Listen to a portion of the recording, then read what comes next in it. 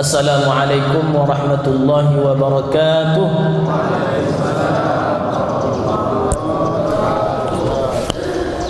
Alhamdulillahi wa kafa, wassalatu wassalamu ala ibadihi alladhina istafa, wa alihi wa ashabihi ahli sidqi wal wafa, amma ba'd.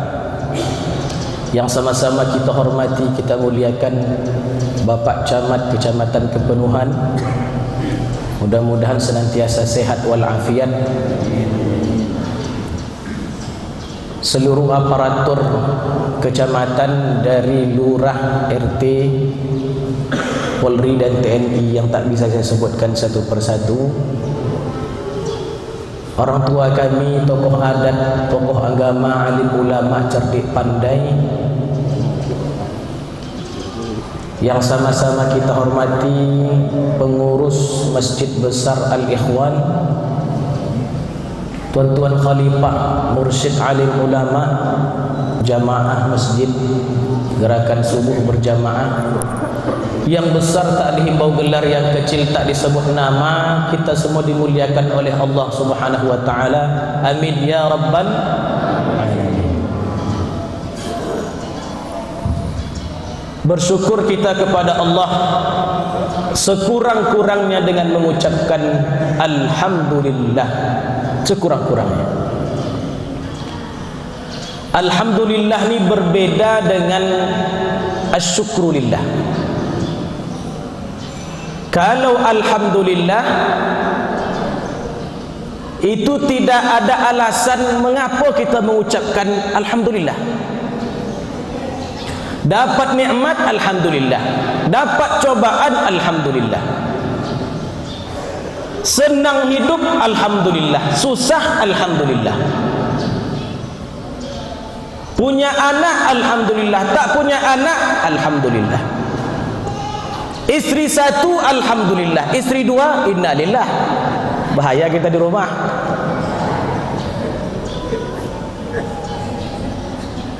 Tapi kalau asyukrulillah, syukrun itu biasanya adu imbal baliknya. Dikasih duit baru kita syukur, namanya asyukrulillah. Walaupun bahasa Indonesia sama artinya, cuma dalam bahasa Arab berbeda penggunaan. Makanya kalau sama manusia kita ucapkan syukran, karena adu timbal balik. Asyukrulillah. Tapi kalau alhamdulillah, la yuhmadu ala makruhin siwah, tidak ada yang dipuji dalam sesuatu yang dibenci kecuali Allah. Benci kita dengan sesuatu itu, tetap kita puji Allah. Siapa? Hanya Allah. Mengapa demikian? Karena Allah Subhanahu wa taala sebutkan dalam Al-Qur'an, asa an takrahu syai'an wa huwa khairul lakum. Boleh jadi yang nampak di mata tak baik, boleh jadi yang tampak di hati jelek, boleh jadi nampak di hadapan kita rusak, ternyata itu baik untuk diri kita. Itu belum berekam boleh? Belum lagi. Lama kan tak jadi, belum tu lagi. Picik dulu. Tapi itu video tu pakcik.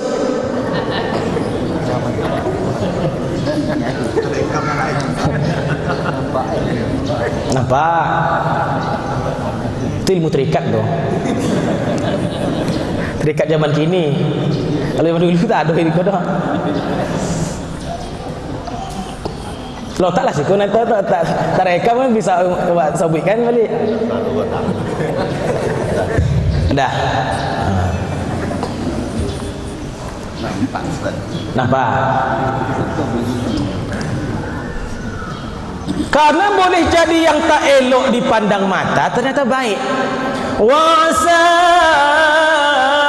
an tuhibbu syai'an wa huwa syarrun lakum. Boleh jadi tuan nampaknya baik di mata, cocok di hati, ternyata itu tak baik bagi diri kita. Itu Allah, makanya kita puji Allah Ta'ala. Di banyak ayat Allah sebutkan mengapa kita puji dia. Dalam surah Al-Kahfi juz 5 boleh paling kiri belah kanan. Wah, biar nampak pintar sikit enggak? Biar kalau pakai nomor-nomor tu apa sikit nampak hebat ustaz. Padahal itu dia hafalnya.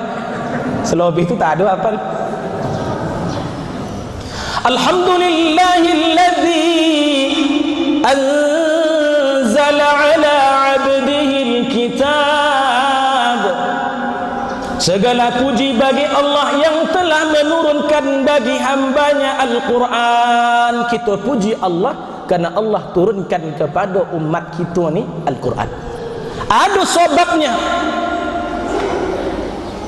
yaitu turunnya Al-Quran. Dalam surah Al-Furqan, aku tak sampai menghafal halaman anda. Alhamdulillahilladzi nazzala al-furqan. Allah Subhanahu wa ta'ala kita puji. Nazzala al-furqan ala 'abdihi liyakuna lil 'alamin nadhira. Tapi sound ku sodap ni nah. Sodap punya sound ka. Tapi subuh ko aja lepas subuh ko lain lah soundnya. Kita puji Allah Subhanahu wa ta'ala karena nazzala ala 'abdihi, nazzala al-furqana ala 'abdihi. Allah turunkan Al-Quran. Kita puji. Tapi ada satu ayat, satu surat kita puji Allah tak disebutkan. Mengapa kita puji? Kita semua hafal surat tu. Selalu kita baca setiap solat. Kita puji Allah tapi tak disebutkan mengapa kita puji. Kalau ayat yang dua tadi, surah tadi disebutkan mengapa kita puji Allah. Yang ayat satu lagi surah Al-Fatihah, ayat yang kedua sebelah kanan agak katih sikit.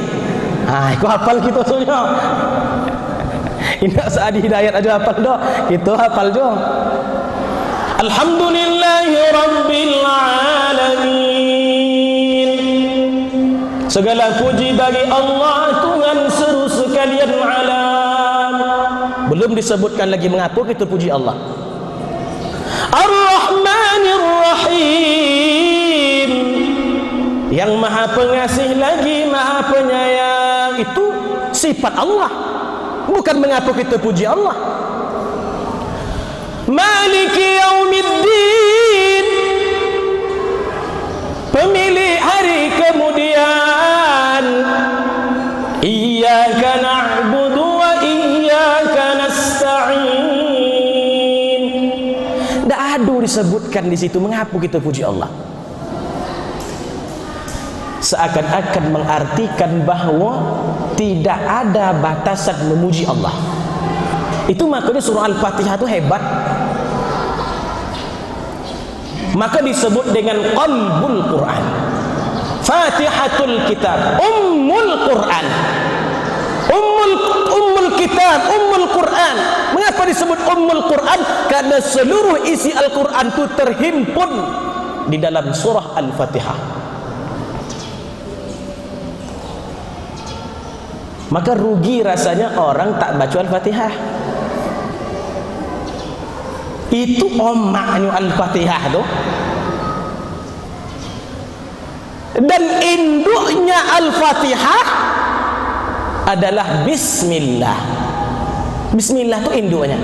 Ikut solat induk tinggal. Apa macam? Kalau solat induk tinggal, anak-anak tinggal. Saya tidak menyalahkan, tapi memang inti daripada surah Al-Fatihah itu Bismillah. Bismillahirrahmanirrahim. Inti Bismillah itu terletak pada huruf ba. Mengapa huruf ba? Kita buka Tuan Kelipah, Tuan Kelipah kan mau kan? Boleh kita buka Tuan Kelipah? Jadi kalau dibuka dia tu tak nampak badan kita ni dah. Hilang. Makanya subuh kita ni banyak yang tak nampak. Kalau lain ni GSB tak banyak dah. Banyak sebetul tu tak nampak. Dia pakai huruf ba tu. Ba. Tertidur punya. Karena dari bah tu maknanya bi kana makan wa bi sayakunu ma sayakun. Itu huruf ba tu. Bi, dengan aku kata Allah terjadi apa yang telah terjadi, dan denganku akan terjadi apa yang akan terjadi. Berarti kita tu memang betul-betul berharap kepada Allah. Bi tadi tu. Dan inti dari ba itu terletak pada titiknya. Mengapa titik? Itu membalikkan kita kepada khalqus samawati wal ard, sebelum diciptakannya langit dan bumi. Muka titik tadi tu kan, senyum tuan ni kan, tahu dia. Maka kita puji Allah Subhanahu wa taala, kadang pakai alasan, kadang tak pakai alasan. Alhamdulillahirabbil alamin. Itu sekurang-kurangnya. Kalau kita berbicara tentang alhamdulillah ni, saya Pak Camat terakhir di Malaysia tanggal 3 Desember. Terakhir Malaysia. Sejak 3 Desember 2020 saya tinggalkan Malaysia, waktu itu tidak diadakan salat Jumat berjamaah di negeri Selangor, Malaysia. Tak ada salat Jumat.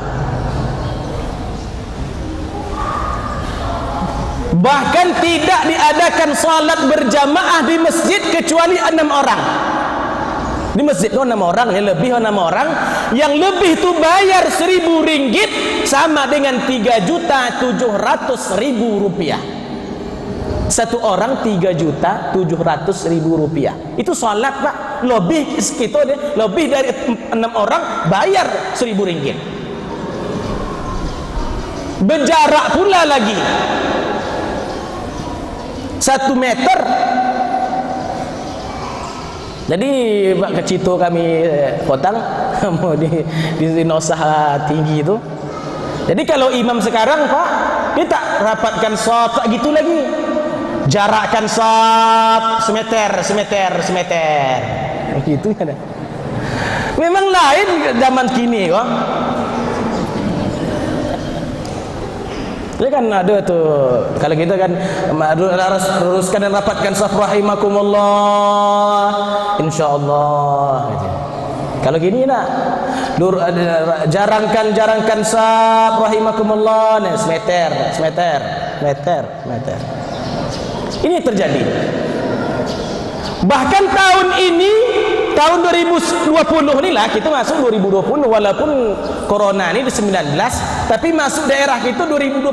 Tahun 2020 itulah tak dijadikan, tak dilaksanakan haji secara berjamaah seluruh dunia.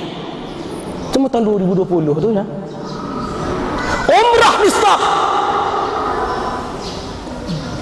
Dan tahun inilah 2020 baru pernah kita melihat laki-laki pakai cadar. Betul tidak?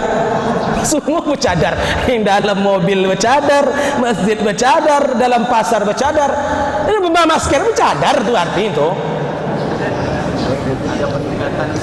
Ada peningkatan begitu. Kono sebelumnya banyak orang menghina cadar. Cadar apa ini, ninja. Sekali Allah tunjukkan laki-laki pun bercadar. Siku tak nampak bercadar, kalau bukan bau, ustaz pun bercadar. Di Malaysia tak pakai cadar Pak. Kita pakai cadar, kita bayar RM1.000. Rp3.700.000 kalau tak pakai masker. Kalau di Indonesia anda tak pakai masker, kita mana masker Pak? Lu lupa aku dah, kata dia. Dikasih masker 50 lagi, 5 masker. Besok datang juga dia lagi. Mana masker Pak? Lupa di rumah. Dikasih masker 5 lagi. Esok datang lagi, lupa juga lagi. Esoknya jual masker dia.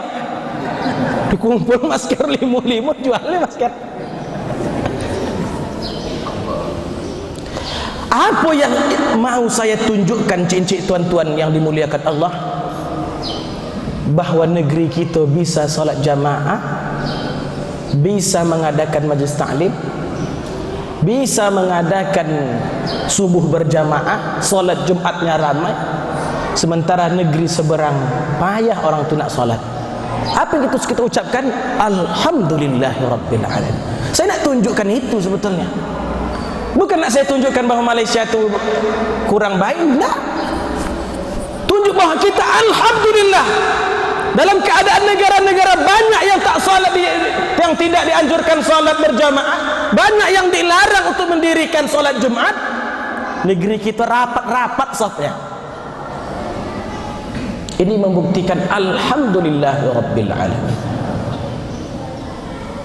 Dan terkadang saya berpikir juga Pak Camat, kalau seandainya yang terjadi di Malaysia itu terjadi di negeri kita nih, solat dilarang, pengajian dilarang, kira-kira apakah nama yang cocok untuk pemerintah kita?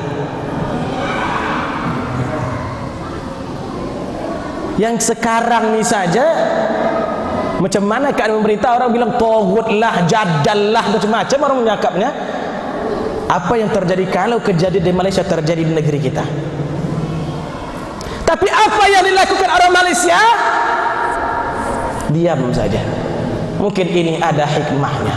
Kata dia, ini ada hikmahnya. Taat luar biasa.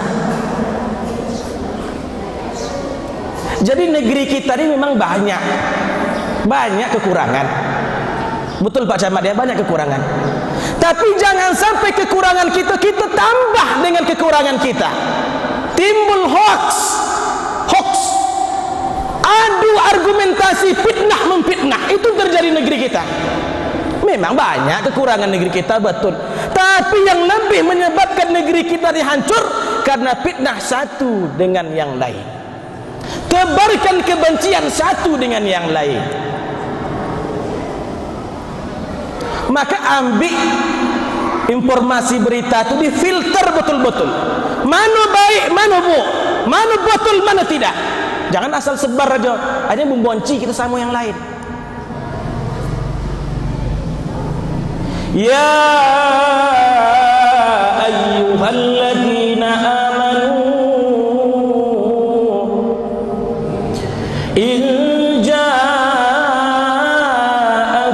fasiqun binaba'in fatabayyanu. Wahai orang-orang yang beriman,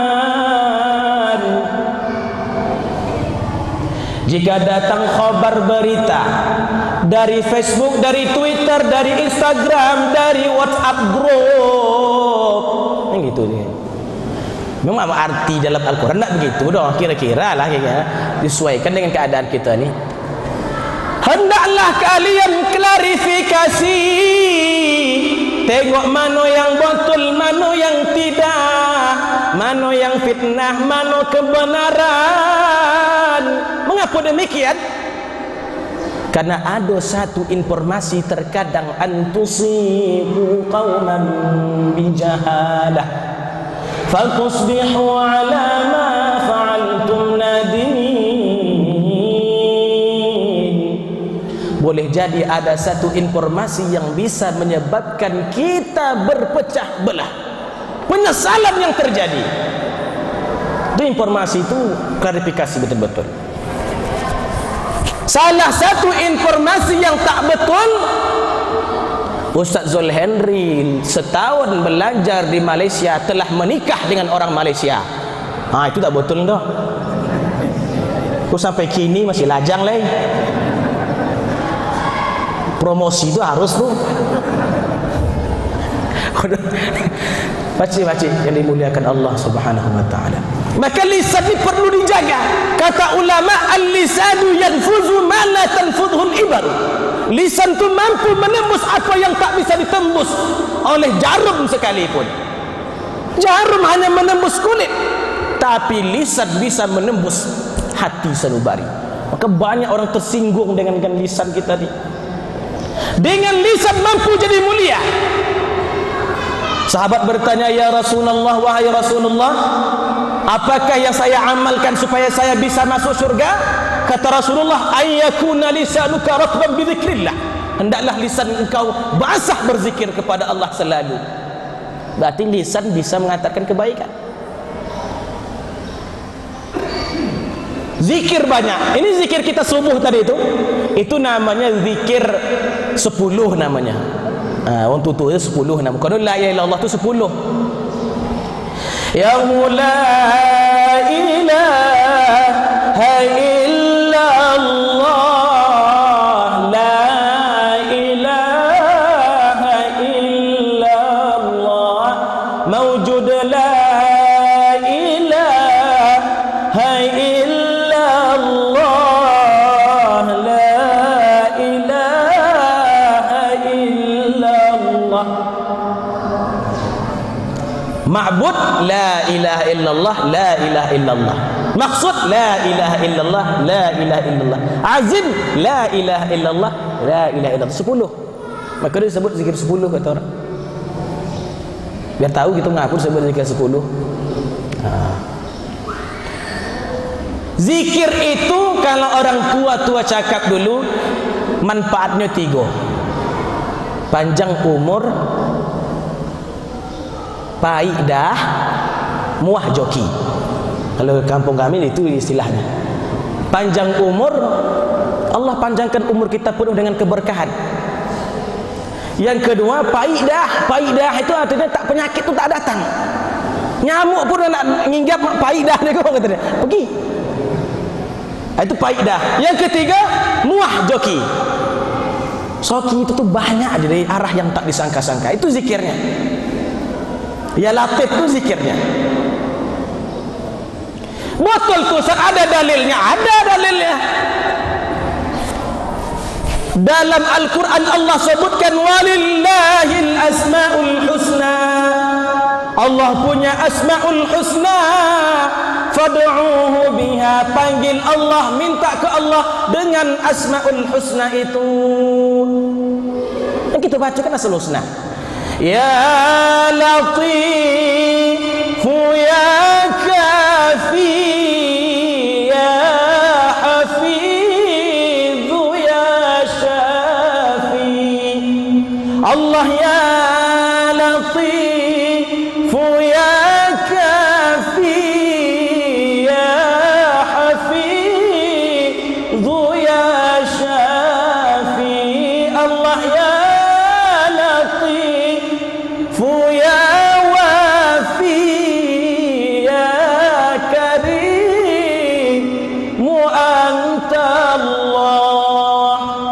Latif, ya Kafi. Kafi itu artinya pencukup.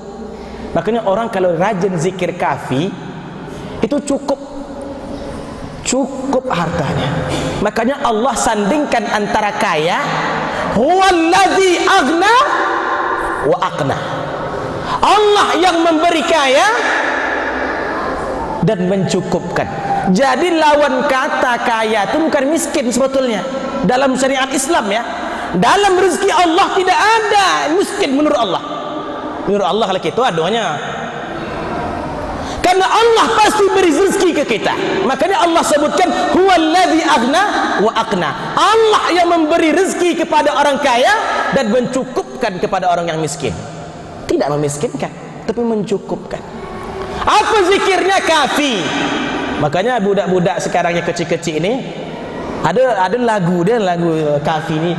Allahul Kafi, Rabbunal Kafi, qasadanal Kafi, wajadanal Kafi, likullil Kafi, kafanal Kafi, wa ni'mal Kafi, alhamdulillah. Itu banyak. Makanya budak yang hafal lagu itu, Allah suruh duit kita ni, 10.000. Jadi budak-budak kalau ada orang tua-tua ni nanti ya Allah al-kafi al-kafi, itu dah tanda tu dah. Kita dongah tidak di budak ni. Budak. Jadi kalau nak minta duit sama orang-orang bapak-bapak yang banyak duit ni, caranya gitu. Allahul kafi Rabbuna al-kafi qasadana al-kafi wajadana al-kafi likullil kafi kafana al-kafi wa ni'mal kafi alhamdulillah. Ada yang hafal tak budak-budak ni? Ada yang hafal? Tak ada dah. Tak ada dah. Usah dah boleh dah. Oh gitu. Kafi, Allah kafi. Ya Latif, ya kafi. Ya Hafiz, Hafiz itu penjaga. Hafiz itu yang maha penjaga. Penjaga apa? Penjaga kita dari banyak penyakit. Itu maknanya kan? Jadi kalau banyak Hafiz, ya Hafiz, ya Hafiz, ya Hafiz, ya Hafiz, ya Hafiz, itu artinya dijaga Allah Ta'ala. Harta kita dijaga, kesihatan kita dijaga. Ya Latif itu luar biasa. Zikir ya Latif itu luar biasa. Baru ditutup dengan ya Karim. Karim itu maha pemurah. Semua dikasih Allah. Yang sehat dikasih, yang kaya dikasih, harta banyak, keluarga banyak. Maka zikir Allah ya Latif itu jangan tinggalkan. Kalau di subuh, di kampung-kampung masa subuh tak pernah tinggal ya Latif itu. Makanya pemuda-pemuda, calon-calon imam yang telah hafiz Quran banyak, adat kita itu dihafal cara adat kita itu. Adat bergandengkan syarak, syarak bergandengkan kitabullah, harus berjalan lancar, seiring, sejalan, sejajar dia. Maka jangan kita hafiz. Saya pernah zakat baru. Saya tidak menyalahkan hafiz, tapi kadang hafiz karena tinggal dia cara kita Quran. Iya Quran itu kuantik. Tapi adat itu pun tak disalahkan Al-Quran. Kalau pergi pula kita kan berzikirnya. Ada orang jadi imam, Assalamualaikum warahmatullah, Assalamualaikum warahmatullah. Di baliknya mukanya ke kita kan. Andaknya. Tapi zikir pandangnya gitu. Oh, pandang dulu apa? Pandang-pandang. Arti pandang kita berbalik itu saya sebutkan. Saya tak salahkan. Saya sebutkan mengapa berbalik. Karena Rasulullah waktu itu pemimpin. Satu. Maka dia tengok mana sahabat dia tak hadir. Mana yang kekurangan. Mana yang dalam keadaan sakit. Nampaklah Rasulullah wajah-wajah sahabatnya. Maka dia berbalik dia. Itu yang pertama. Tapi yang terjadi sekarang, saya tengok dengan mata kepala saya sendiri dan hadir waktu itu di masjid tak jauh dari tempat saya tinggal di Pekanbaru. Ada bapak-bapak dah tua dia, badannya lemah, terkulai di tepi masjid tu, terkulai, terbaring. Apa yang dilakukan imam tu? Ikut dia pandang uang tu, uang terkulai sana dah, udah terjatuh, udah terbaring di sana, dia ikut, dia tengoknya kan. Jadi apa guna dia berbalik tu? Dia berbalik tu nampak yang sakit, Pak tolong Pak dia Pak, ayo Pak sama-sama aku tolong Pak. Pemimpin dia tak ngerti apa mengapa berbalik. Berbalik badan kita menghadap jamaah supaya kita tengok mana yang sakit. Akhirnya saya beserta uwak saya, jamaah juga, kami tengoklah bapak tu, kami baring. Kenapa Pak? Lemah badan saya, kata dia. Lemah badan saya, tak sekuat lagi. Kita tengoklah gitu. Banyak orang yang mengerumuti bapak-bapak yang dah tua sakit dari itu, sementara imam tetap gitu duduk aja di tempat imam tu. Tak ngerti dia maknanya. Yang kedua, mengapa berbalik? Kata sahabat Nabi SAW, ma'alimna, kami tidak pernah tahu akhir dari salat kami, karena dia masbuk tu, sampai kami tengok Rasulullah berbalik. Kalau dah berbalik badan Rasulullah, berarti dah selesai solat tu dah. Jadi kalau anak datang, berarti Rasulullah dah selesai solatnya. Itu maknanya berbalik tu, untuk menunjukkan bahawa solat telah selesai. Itu saya sebutkan. Cincin tuan-tuan yang dimuliakan Allah Subhanahu wa taala. Jangan tinggalkan ya latifmu. Sama sini nih. Di Pekanbaru dah hilang. Sebelum iqamah kita mengucapkan selawat. Allahumma salli wa sallim. Adik-adik yang masih remaja, hafalkan dek. Hafalkan. Ambil kitab ulama-ulama kita. Tanya sama orang tua kita, tanya. Saya alhamdulillah berzanji saya hafal. Kalau untuk adat ilmu apa nih? Abtadi'ul imla bismillatil aliyah mustadirran faydal barakati ala ma ana lahu wa awla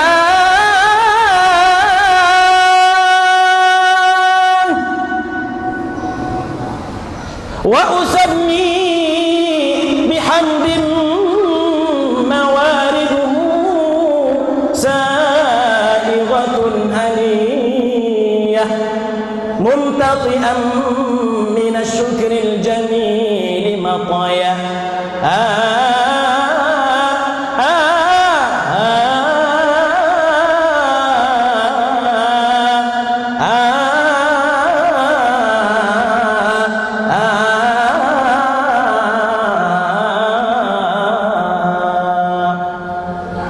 sallallahu tu ya. Kalau orang tua yang perempuan sallallahu ala Muhammad. Kalau orang laki-laki nak itu dah nadanya orang tutur dulu.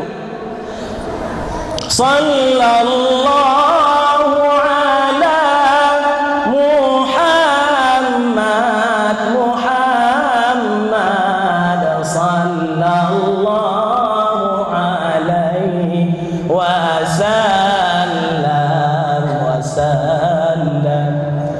marhaban ya nural aini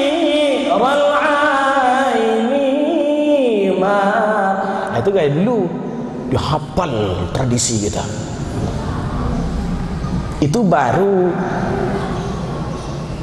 adat yang terlintas oleh lidah. Gambus permainan-permainan kita yang lama tu kemana? Hilang. Hilang dia. Abi bertrai. Tapi tak macam mana, saya kalau ceramah ni tak pernah satu mic, harus dua. Abi, tapi Abi bertrai ya. Awak bertrai, awak aku aki, bukan bertrai macam tu. Ikut boleh BCI lagi. Kalau BCI lebih mau melotup apa ni nanti mic ni. Pak Camat, tuan-tuan guru, tuan-tuan khalifah yang dimuliakan Allah Subhanahu wa taala.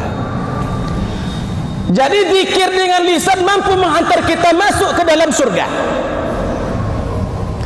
Berkata baik bisa masuk surga. Menyenangkan orang lain dapat pahala.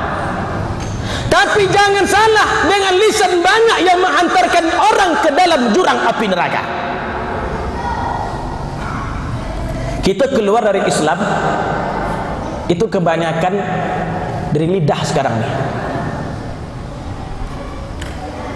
Awalnya sikit-sikit, caranya sikit-sikit awalnya. Dia pikir tak apa-apa. Selamat Natal kata dia kan, tak apa-apa tu dah kata. Jangan, hati-hati. Kata Rasulullah, innal abda la yatakallamu bi kalimah. Ada seorang hamba kata Allah berkata-kata dengan sebuah kalimat, ungkapannya pendek, la yara biha ba'san. Dia merasa kalimat ini tak apa-apa, biasa-biasa saja, remeh-temeh dua kalimat ini. Kata dia, ungkapan ini biasa saja. Saya bercerita ini kepada orang awam, bukan kepada pemimpin, karena pemimpin lain lagi hukumnya. Saya bilang, ya Camat, Pak Camat, aman sikit Pak Camat ya. Jadi kalau pemimpin mengucapkan selamat Natal dan sebagainya itu lain hukumnya Pak. Jadi yang disamakan. Karena pemimpin itu dia membaur, mengajak kepada rakyat. Nanti tersinggung pula orang Nasrani, tadi sebutkan Natal, kan begitu. Jadi hukum pemimpin beda. Jadi jangan samakan. Nanti bila Ustaz Zulhendri nanti jadi gubernur contohnya, jadi gubernur Riau gitu, amin lah Pak. Anda yakin ya? Ayo malas itu. Ustaz yang bisa jadi ceramah, boleh ceramah aja lah. Mudah-mudahan Ustaz Zulhendri jadi gubernur Riau, amin Bu. Terpaksa betul lah Pak. Sudah. Kalau Ustaz Zulhendri sekarang tak bisa disebutkan selamat Natal. Tapi kalau pemimpin boleh. Keadaan dia menuntut seperti itu. Kadang dua kalimat, satu kalimat biasa-biasa saja menurut perhitungan kita. Kata Rasulullah sallallahu alaihi wasallam, "Yahwillahu biha sab'ina kharifan." Yahwillahu biha fi nari jahannam sab'ina kharifa. Tapi ternyata dengan kalimat yang remeh-temeh itu mampu menghantarkan dia masuk ke dalam jurang api neraka 70 tahun lamanya. Baru dua kalimat, satu kalimat. Hati-hati, terkadang kita ikut tradisi orang-orang luar Islam dengan ucapan sedikit demi sedikit Pak. Kata Rasulullah, la tattabi'anna sunanan man kana qablakum. Kelak nanti kalian akan mengikuti langkah-langkah tradisi kebiasaan orang-orang sebelum kalian. Shibran bi shibrin, kata Rasulullah, sejengkal demi sejengkal, sikit-sikit dulu, sejengkal demi sejengkal. Wa dhira'an bi dhira'in, ditambah lagi sehasta demi sehasta, bertambah, kita ikut semakin banyak. Hatta law dakhalu juhra dabbin la dakhaltumuh, bahkan kalau mereka masuk ke dalam lubang buaya.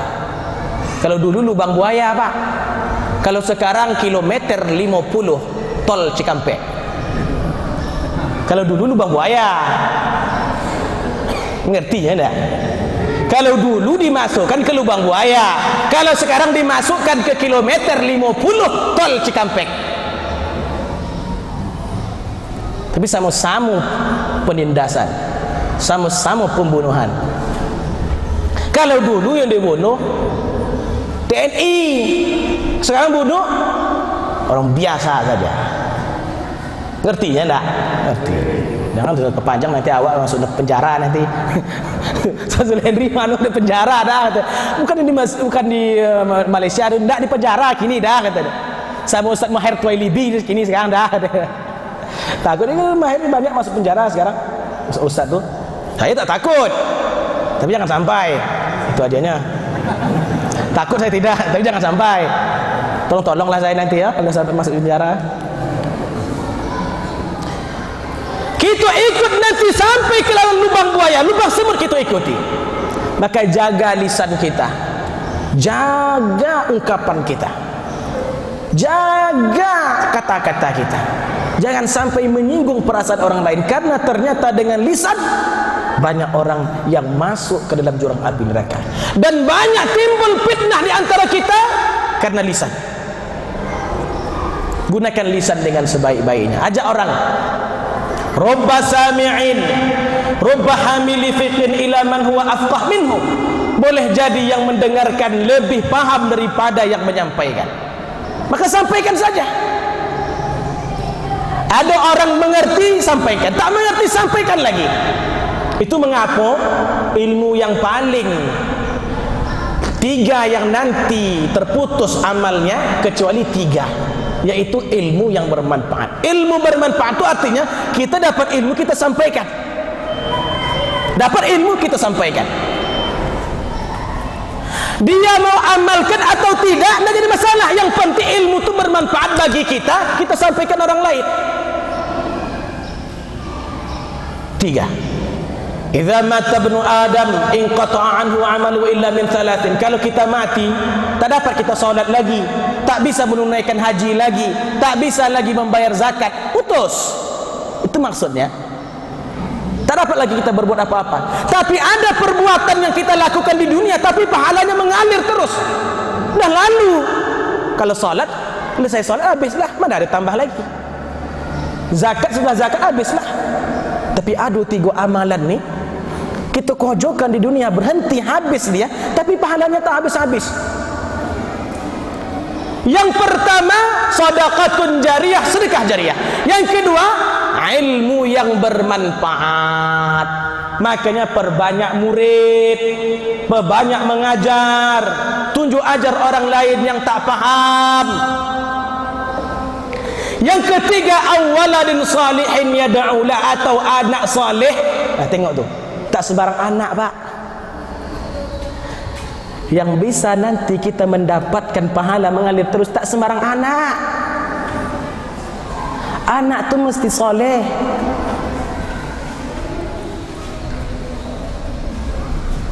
Yad'ulah, dan dia mendoakan kita. 3 syarat tu. Anak soleh mendoakan kita. Tapi kalau punya murid, kita ajarkan dia amalkan atau tidak, mengerti atau tidak, kita ajarkan. Selagi kita ajarkan bersemayam dalam tubuhnya, ilmu itu mengalir pahalanya sama kita. Pertanyaannya, mana elok, banyak anak atau banyak murid? Mana elok, banyak anak atau banyak murid? Kalau anak banyak belum tentu bermanfaat, karena perlu 3 syarat. Punya anak soleh, doakan kita. Tapi kalau murid pakai syarat tu, asal kita ajarkan aja, paham tak paham, daring ha. Tapi pakai bapak anak-anak semuanya kerjakannya. Budak tu tertidur lah. Kami kuliah Pak, pakai apa? Pakai handphone juga. Matikan suara, matikan video. Awak tidur ya. Hantar mesti tu bahaya. Sampai ilmu ke kita dapat pahala sampai mati. Nah, pertanyaannya ibu-ibu lah, bapak ni ragu dia. Kau dah dapat jatah malam pegang, kata dia. Ibu-ibu, mana elok, banyak anak atau banyak murid? Murid kata. Banyak murid lebih baik daripada banyak anak. Maksudnya saya lambat nikah ni bukan apa, banyak murid aja dulu, anak nanti. Itu maksudnya. Dia paham. Jadi katanya Ustaz Zuleidri itu tak laku-laku nampaknya kadang. Jadi itulah yang kita harus perhatikan, apa yang akan kita bawa nanti dari antara yang 3 tu. Oh, solat masuk waktu dah. Oh, masuk waktu. Tapi apa golap lagi di luar nampaknya ya. Mungkin kena mondong ni. InsyaAllah akan kita lanjutkan apa yang mesti kita persiapkan bagi keluarga agar anak kita ingat dengan kita. Apa yang harus kita bawa sebelum mati nanti, itu yang penting kita bawa tu, supaya selamat hidup kita di dunia dan bahagia hidup kita di akhirat. Setelah pariwara berikut ini, insyaallah. Wassalamualaikum warahmatullahi wabarakatuh.